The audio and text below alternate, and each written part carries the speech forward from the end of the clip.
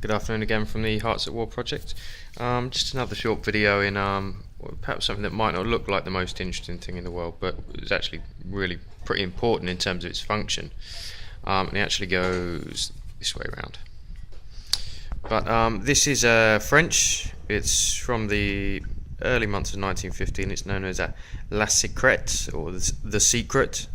And the idea is this very thin steel construction, three-piece construction, is pretty much the first attempt today at a steel helmet.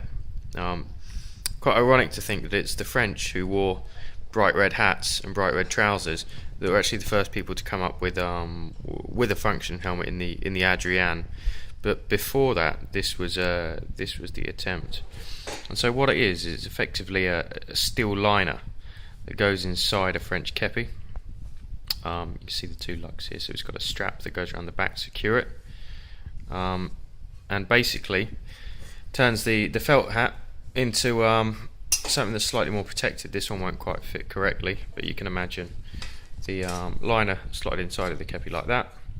There was a gap at the back, so no real protection from the back of your head, but this at least afforded some protection.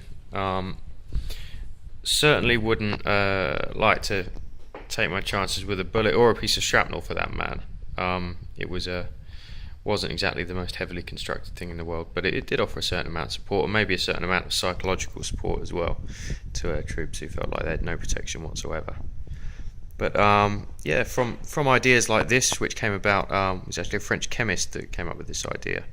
It was from things like this that we then ended up with the kind of steel helmets that were seen on the battlefield from really 1915 onwards, and you'll certainly find designs similar and based on the early steel helmets still in use today. So not the most physically attractive thing, but very interesting and a useful, a great explainer of the kind of jump from the Victorian era